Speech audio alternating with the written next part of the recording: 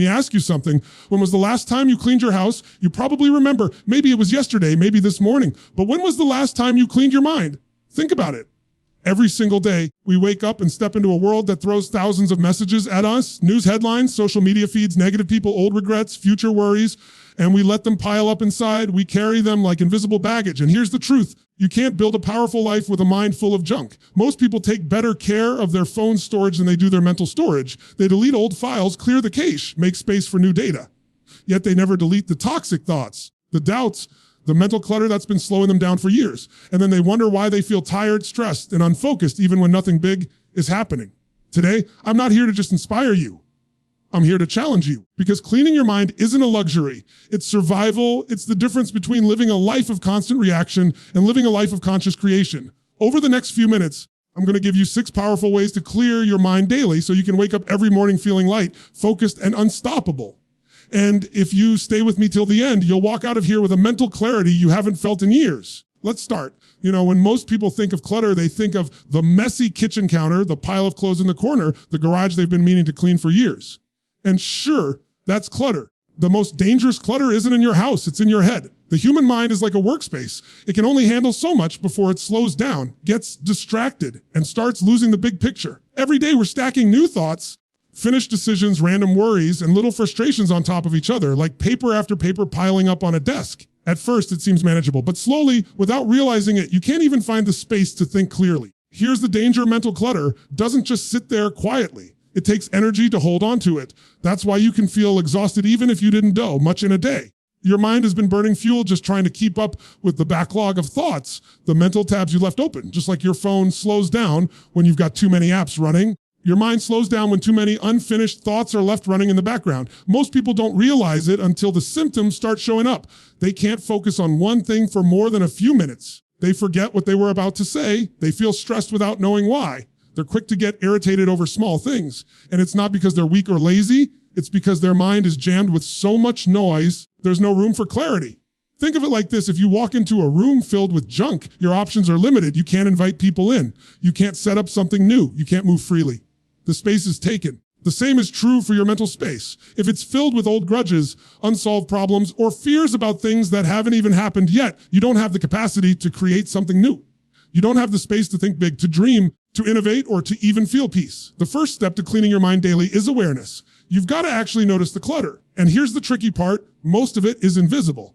Some of it has been there for years. You've carried around certain worries or memories for so long that they feel normal, like background noise you've learned to live with. But just because you've adapted to it doesn't mean it's not holding you back. This is where you need to slow down for a moment and ask yourself, what am I holding on to right now that I don't need? It might be a small frustration that happened yesterday. It might be the fact you didn't get enough sleep last night. You've been complaining about it in your head all day. It might be a conversation from last week that didn't go well, and you've replayed it over and over like a broken record. Each of these things takes up mental bandwidth. Here's the truth. You don't get that bandwidth back until you let them go. The people who move fastest in life aren't the ones who have no problems. They're the ones who don't let problems stay in their head for too long. They address them, make a decision, and clear them out. You can't keep thinking about the same thing 100 times and expect to have space left for creativity or growth. Every thought you carry is like a file on your desk. If you don't decide whether to keep it, file it, throw it away, your desk becomes useless. The danger is most people don't have a daily practice for this. They clean their homes weekly, their bodies daily, but their minds, they wait until something breaks, until they hit burnout, till they snap at someone they love, until they're lying in bed at night wondering why they feel so overwhelmed. But it doesn't have to get to that point. If you commit to clearing the mental clutter every single day, never let it pile up into chaos. One of the simplest ways to do this is to take 5 to 10 minutes a day to perform a mental dump. Sit down with a piece of paper or even talk into your phone's recorder. Spill everything that's been bouncing around in your head. No filtering, no editing. Just get it out. Write down every worry, every task, every idea, every frustration. Don't try to solve it while you're dumping it. Just clear it from your mind. Act of transferring it from your head into a physical form immediately creates mental space. Once you've done that, look at what's in front of you. You'll notice something interesting. Half of it isn't worth your time. You'll see things you've been mentally carrying that are either completely out of your control or no longer relevant. Let those go. Cross them off, delete them, and decide that they're not going to rent space in your head anymore. For the rest, Make a plan. Either take action now or schedule it for later, but get it off the mental loop where it keeps playing over and over without resolution. This isn't just about feeling better. It's about performing better. Clean mind makes faster decisions. A clean mind notices opportunities you'd miss when you're distracted. A clean mind has the energy to create, to connect, to enjoy life without being weighed down by the constant hum of unfinished thoughts. You've probably experienced moments of mental clarity before, maybe after a good workout, a vacation, or a deep conversation with a friend. Remember how light and focused you felt? That's not a random accident. That's the result of letting go of some of the clutter. The power here is realizing you can create that feeling on purpose every single day. And yes, it's work. Just like cleaning your home isn't something you do once and forget. Cleaning your mind is a daily choice. Some days you'll have a lot to clear. Some days not much at all, but the habit is what matters. Because the truth is, chaos doesn't just appear out of nowhere. It's the result of small messes piling up over time. You can prevent the storm by clearing the clouds while they're small. The next time you feel heavy, unfocused, or drained, before you assume something's wrong with you, ask yourself, am I just carrying too much mental clutter right now? You might be amazed at how quickly your energy shifts when you let go of even a little. When your mind is clear, you don't just think better, you live better. Your mind is not a trash can, but most people treat it like one every day. Without realizing it, they allow toxic thoughts, damaging opinions, and heavy emotional baggage from the outside world to pour in. Here's the thing, you don't have to invite negativity in for it to show up. It will find you. It's in the news headlines designed to keep you in fear. It's in the social media posts that make you feel like you're behind in life. It's in the people who unload their problems on you but never want solutions. We live in an age where information is constant, relentless, and unfiltered. That can be a gift or a curse depending on what you allow in. Your mind is like fertile soil. Whatever you plant, it will grow. If you keep feeding it negativity, don't be surprised when your thoughts start growing weeds instead of flowers. And if you're thinking, well, go looking for negativity, you don't have to. It comes in disguised as entertainment, gossip, harmless complaining, or even casual small talk. But the effect is the same. It shapes the way you think, the way you feel, ultimately the way you live. Most people underestimate just how much their environment influences them. Spend time around people who complain all day, and you'll start to feel like life is against you. Constantly read stories about how the world is falling apart, and you'll start living with anxiety about the future. Scroll through images of other people's perfect lives for long enough, you'll start feeling like yours isn't enough, even if it's actually beautiful. Negativity doesn't always hit you like a punch in the face. Sometimes it seeps in drop by drop until you're drowning without realizing it. That's why a daily mental detox isn't optional. It's necessary. You wouldn't drink dirty water every day and expect to feel healthy. So why keep drinking in dirty thoughts, harmful conversations, and toxic energy? Your mind needs protection. You have to become the gatekeeper. You decide what gets in. And this is not about living in denial or pretending the world is perfect. It's about choosing what you feed your focus on, because what you focus on expands. If you constantly focus on problems, you'll find more problems. If you focus on possibilities, you'll find more opportunities. This starts with awareness. Take inventory of your daily inputs. What are you watching? What are you listening to? Who are you spending time with? Kind of energy are you absorbing from your environment? Be brutally honest with yourself. If something leaves you feeling drained, anxious, or less confident after you've engaged with it, that's a negative input, and it's time to limit or remove it. That might mean turning off the TV after a certain time, unfollowing certain people online, or having less frequent conversations with someone who is always negative. I know some of you are thinking, but I can't just avoid negative people. I live with them. I work with them. They're in my family. True. You can't control every environment you're in, but you can control your boundaries and your reaction. If you can't fully remove the source, you can limit the exposure. You can protect your mind by not absorbing everything. You can choose not to engage in gossip, not to join in when people are tearing others down, not to spend your commute filling your head with angry news debates that solve nothing. The beauty is, once you start cutting down negative inputs, you create space for positive ones. And this is where your life changes. You start replacing that toxic diet with empowering, uplifting, and inspiring content. Instead of scrolling through endless social feeds in the morning, you listen to an audiobook or a podcast that feeds your mind with new ideas. Instead of watching the news at night, you read something that teaches you a skill or challenges your thinking in a good way. Instead of spending hours with people who complain, you intentionally connect with those who are solution-focused and forward-thinking. What happens when you do this daily? Your mental state shifts. You start noticing solutions faster. You feel more hopeful about the future. You begin to believe in possibilities again. And when you believe in possibilities, you take bigger actions. And when you take bigger actions, you get better results. It's not magic. It's conditioning. You're conditioning your mind to focus on what builds you, not what breaks you. Now, here's the catch. Negative inputs are seductive. They're addictive. They give your brain little hits of stimulation. That's why gossip feels juicy. Bad news spreads faster than good news. Why outrage goes viral. Your brain craves novelty, and negativity often comes packaged in a way that hooks your attention. But just because something grabs your attention doesn't mean it deserves your attention. You've got to train yourself to walk away from what's easy in the moment and choose what's better for your long-term mental health. And I'm not telling you to live in a bubble. I'm telling you to filter. Just like you filter your drinking water, filter your mental water. Decide what's worth letting in. You might still check the news, but you do it with purpose and in moderation. You might still be around negative people. You focus on controlling your state instead of letting theirs control yours. You stop giving unlimited access to your mind to people and platforms that have no investment in your growth. If you really want to see the power of this, try a 7-day negative input detox. For 1 week, cut out toxic news, gossip, and unnecessary social media scrolling. Replace it with reading, learning, uplifting conversations in silence. By the end of the week, you'll feel like someone upgraded the operating system in your brain. Your energy will be higher. Your patience will be longer. Your thinking will be sharper. You'll realize how much of your stress wasn't even yours. It was borrowed from the negativity you were letting in.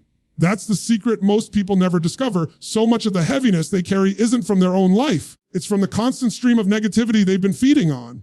The moment you change your inputs, you change your internal world. And when you change your internal world, the external world starts to look very different, even if nothing else has changed yet. Because the truth is, the quality of your mind is a direct reflection of the quality of your inputs. You feed your body junk, you feel sluggish. You feed your mind junk, you think sluggish. But when you feed it well, it becomes your most powerful asset. And once your mind is free from that constant stream of negativity, you start to realize you were never the problem. The problem was what you were allowing in. Overthinking is like being in a rocking chair. It keeps you busy, but it gets you nowhere. You can spend hours, days, even weeks replaying the same scenarios, running through the same what if questions. In the end, you're in the exact same spot, only more exhausted. And here's the thing. Overthinking feels like you're doing something. It tricks you into believing you're preparing, you're being careful, you're avoiding mistakes. The truth, you're just burning mental fuel without moving forward. Most people don't realize how much of their life is lost to overthinking. They wake up in the morning and before their feet even hit the ground, their mind is running at full speed. If I can't finish that project, what if they don't like my idea? What if I fail? What if I succeed and can't handle it? Their mind becomes a movie theater playing every possible bad ending. They're stuck watching the same scenes over and over again. The problem is, the more you overthink, the more uncertain you feel. You gather more data, more opinions, more research in hopes of getting clarity, but instead you drown in it. It's like trying to see the bottom of a pond. You stir up the water so much, you can't see anything at all. And here's the irony. Most breakthroughs don't come from thinking more. They come from thinking differently. They come from intentional thinking. Intentional thinking is the opposite of overthinking. It's not about spinning your wheels. It's about directing your mental energy toward a specific outcome. It's focused, purposeful, and time-bound. You're not asking, what could go wrong? Repeat. You're asking, what's the best next step I can take right now? It's solution-driven instead of fear-driven. You see, overthinking is almost always rooted in fear. You're afraid of making the wrong move, so you stall. But here's the thing. Inaction is also a decision, and it often costs you more than making a move and adjusting later. The people who make things happen in life aren't the ones who get every decision right from the start. They're the ones who decide quickly, act, and then adapt along the way. To break the cycle of overthinking, you've got to start with awareness. You have to catch yourself in the act. The moment you notice you're going in circles, pause and ask, am I thinking to solve or am I thinking to avoid? If you're just avoiding action, then you're not solving anything. You're just delaying. That's when you shift into intentional thinking. Intentional thinking has structure. You give yourself a specific time limit to think about the problem. 5 minutes, 10 minutes, maybe an hour for something bigger. But once the time's up, you decide. You take the best option you have with the information available and move forward. Action beats endless analysis every single time, because once you take action, you get feedback. And feedback is infinitely more valuable than speculation. Let me give you an example. Imagine you're deciding whether to start a new business, switch jobs, or begin a new project. Overthinking will have you researching for months, making endless pros and cons lists, asking 10 different people for advice, still not feeling ready. Intentional thinking will have you ask, what's one small step I can take this week to move closer to a decision? Then you take that step, see what happens, and adjust. You're moving, learning, growing instead of standing still. Here's another key difference. Overthinking focuses on problems. Intentional thinking focuses on possibilities. When you overthink, you magnify every potential obstacle until it looks impossible. You think intentionally, you acknowledge the obstacles, but you spend most of your energy asking, how can I overcome this? Who can help me? Resources do I already have? You stop looking for reasons why it won't work and start looking for ways it can. One of the most powerful tools you can use to shift from overthinking to intentional thinking is asking better questions. The quality of your life is directly linked to the quality of the questions you ask yourself. Overthinking asks low quality questions like, what if I fail? What if I'm not good enough? Intentional thinking asks high quality questions like, what's the first step I can take? What can I learn from this if it doesn't go as planned? What's the best possible outcome? The moment you change the question, you change the focus. And when you change the focus, you change the outcome. Another strategy is to focus on what's in your control. Overthinking loves to obsess over things you can't do anything about. The weather, other people's opinions, the past, none of that is in your hands. Intentional thinking zooms in on what you can influence right now. When you pour your energy into action instead of speculation, you start to see results, and results create confidence. I'm not saying you should never think deeply about things. Deep thinking has its place, but there's a difference between reflection and rumination. Reflection is purposeful. It leads to insight and action. Rumination is repetitive. It leads to anxiety and paralysis. You have to train yourself to know the difference and cut off the rumination before it eats up your mental space. If you want a practical way to do this, try setting a decision deadline for anything that's been bouncing around in your head for too long.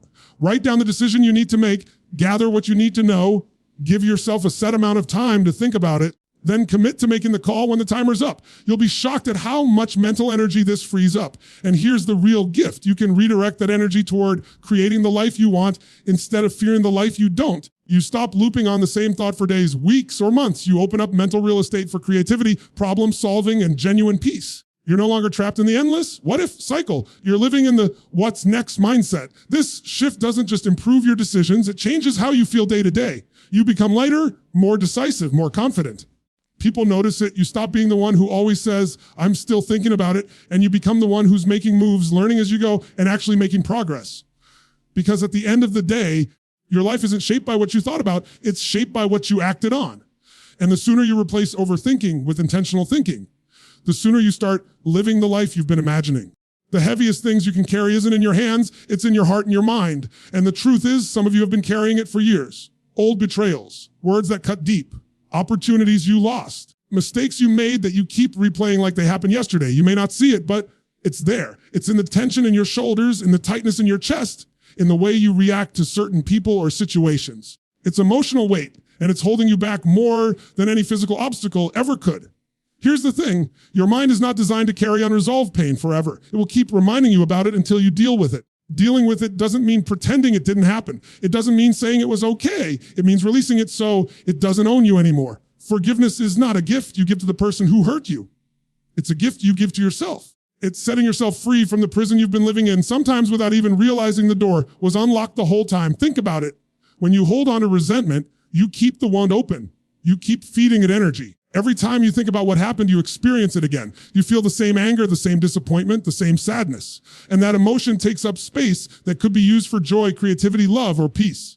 It's like keeping a toxic item in the fridge. You open it every day, you smell it, and you wonder why the whole kitchen stinks. The same goes for self-forgiveness. Some of you are carrying mistakes you made years ago. You're still punishing yourself for them. Maybe it was a decision you regret, a risk you didn't take, a promise you broke. You've been your own judge, jury, and jailer, replaying the scene over and over, thinking that somehow if you keep beating yourself up, you'll make it right.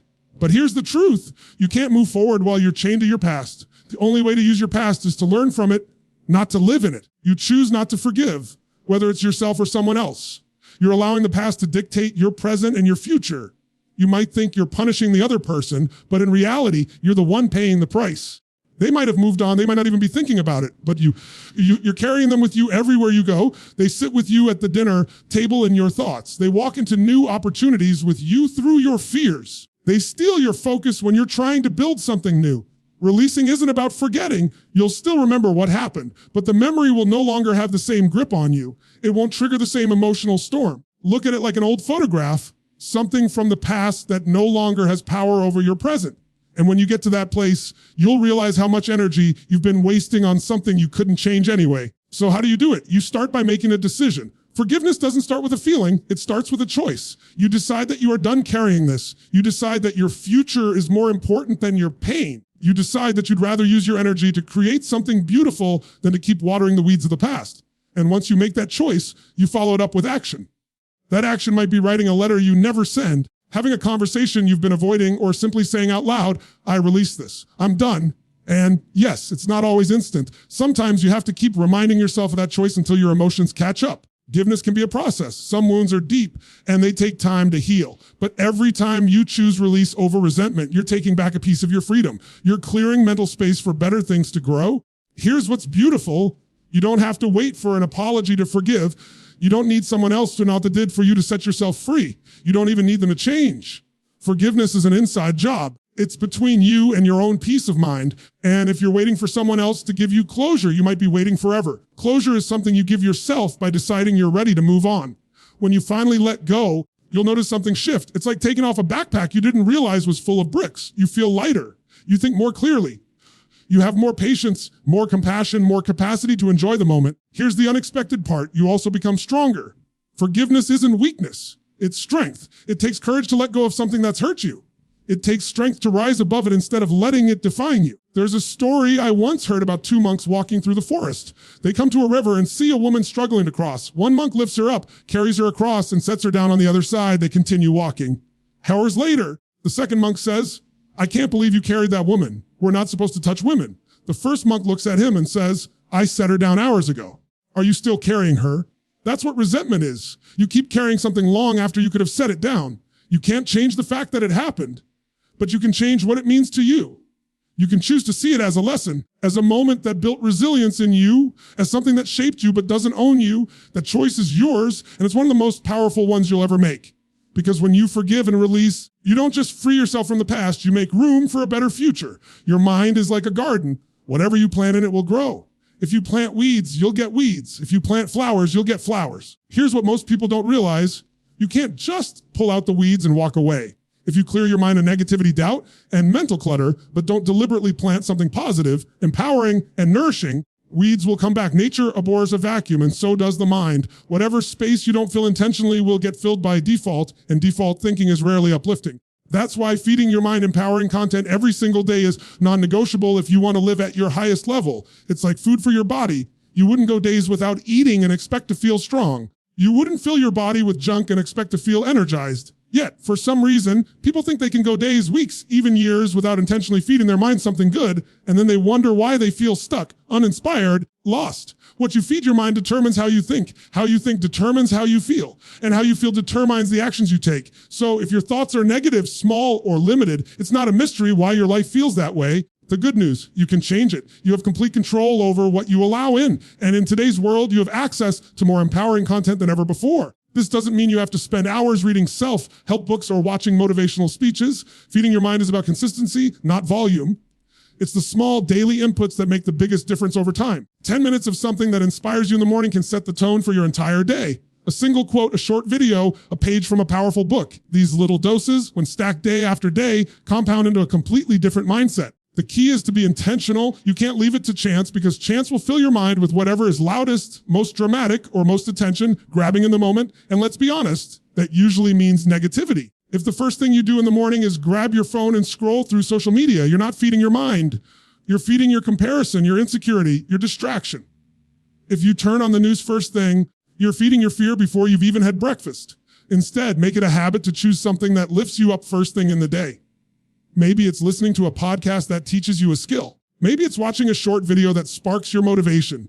Maybe it's reading a chapter from a book that expands your thinking. Maybe it's journaling about what you're grateful for or visualizing your goals. It doesn't matter which method you choose. What matters is that you do it on purpose and do it daily. Here's the thing. Your brain is like a sponge. It absorbs whatever you put around it. If you spend time around people who dream big, speak possibility, take action, you'll start thinking the same way. If you spend time around people who complain, blame, and make excuses, you'll start thinking like that too. This is why it's so important not just to consume empowering content, to also surround yourself with empowering people. The conversations you have are part of your daily mental diet.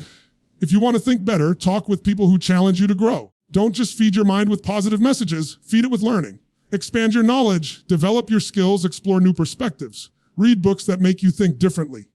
Study people who have achieved what you want to achieve. From history, from science, from art, from human behavior. A mind that's constantly learning stays alive, sharp, and ready for opportunities. Some people say, but I don't have time to read or listen to all that. That's just a choice. You have time, you're just filling it with something else. Even the busiest person has small pockets of time that can be turned into learning time. Listen to an audiobook during your commute. Play a podcast while you're cooking. Read a few pages before bed instead of scrolling your phone. The point isn't to cram more into your schedule. It's to swap out what's draining you for what's fueling you. Here's what happens when you do this consistently. You start to notice your mental baseline changing. The thoughts that used to trigger you don't hit as hard. The fears that used to stop you start to shrink. Your confidence grows because your mind is being reinforced daily with ideas, perspectives, and beliefs that build you up instead of tear you down. You begin to think bigger because you're feeding yourself bigger thoughts. It's not just about motivation. Empowering content doesn't just hype you up. It reshapes your mental framework. It changes what you believe is possible. It helps you see solutions you couldn't see before. It strengthens your resilience so when life hits you, which it will, you have the mental armor to keep going. And here's the beautiful part, it's contagious. The more you feed your mind with empowering content, you naturally speak empowering words. You'll find yourself encouraging others, sharing new ideas, and becoming a source of inspiration without even trying. People will notice the difference in you. They'll feel the energy, the positivity, the certainty. And that's when you know you've shifted, not because you're forcing it, but because it's who you've become. The truth is you can't control everything that happens in your day, but you can control how you prepare for it. Feeding your mind daily is like putting on mental armor before stepping into the world. You're ready for the challenges not because they disappear, but because you've conditioned yourself to face them from a place of strength. You make this a daily habit. You won't just clean your mind. You'll fortify it. You'll stop being reactive to whatever life throws at you and start being proactive in creating the life you want. That's when you realize empowerment isn't something you wait for. It's something you feed. You can spend hours cleaning your mind, feeding it with empowering ideas, and filling it with possibility.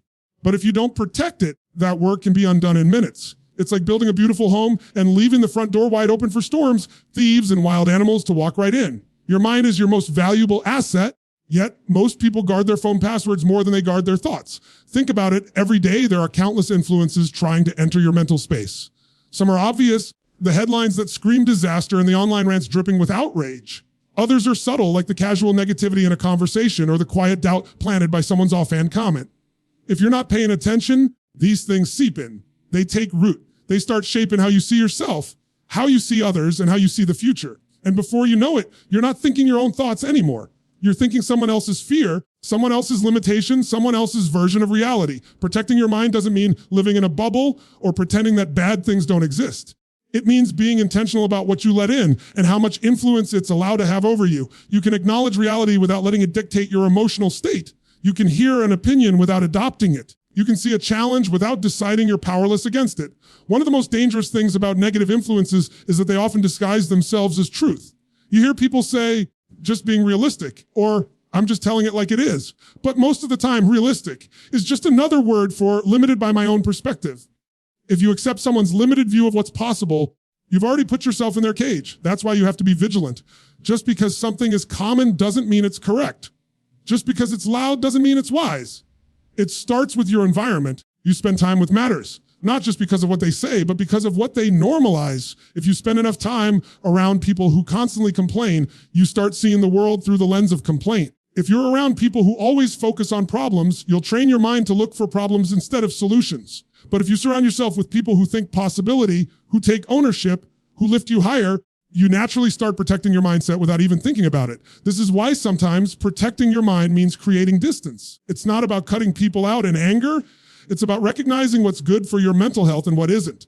If certain conversations always leave you feeling drained, you can step away from them. If certain content always leaves you feeling small or insecure, you can unfollow it. You don't have to consume everything just because it's there. You have the right to choose your mental diet. And it's not only about people, it's about information. We live in an age where you can consume more content in a single day than our grandparents did in a month. That's both a blessing and a curse. The blessing is that you have instant access to knowledge, ideas, and inspiration. The curse is that you're also bombarded with noise, outrage, and distraction. Protecting your mind means setting boundaries for what you allow yourself to consume. You don't need to check the news every hour to be informed. You don't need to scroll through endless posts to be connected. You don't need to give your attention to every crisis that flashes across your screen. Here's the truth. Attention is your most valuable currency. Whatever you give it to grows in your mind. If you give it to negativity, negativity grows. If you give it to gratitude, gratitude grows. If you give it to fear, fear grows. Protecting your mind is about spending your attention wisely, like an investor who only puts money into things that will give them a positive return. Sometimes the biggest battle isn't the negative influence outside of you. It's the negative influence inside of you. That inner voice that whispers you're not enough, that you'll never change, that you're wasting your time. That voice can be louder than any critic because it knows exactly where to hit you. Protecting your mind means challenging that voice. It means catching yourself when you slip into old patterns of self-doubt and saying, no, I'm not feeding that thought. Replacing it with something better.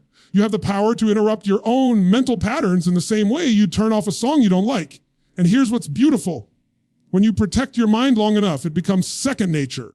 You don't even have to think about it. You recognize toxic influences before they take root. You automatically filter out what doesn't serve you. You choose your input as carefully as you choose the food you eat or the people you trust. And over time, you start to notice that life feels lighter, not because the world has changed, but because your mental space is no longer clogged with junk. There will always be negative influences. You can't escape them completely, but you can control the gate. You can decide who and what gets through. You can decide how much weight you give to the things that try to pull you down.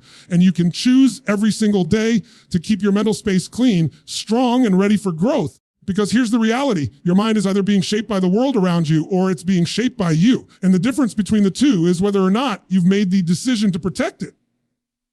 When you protect your mind, protect your future.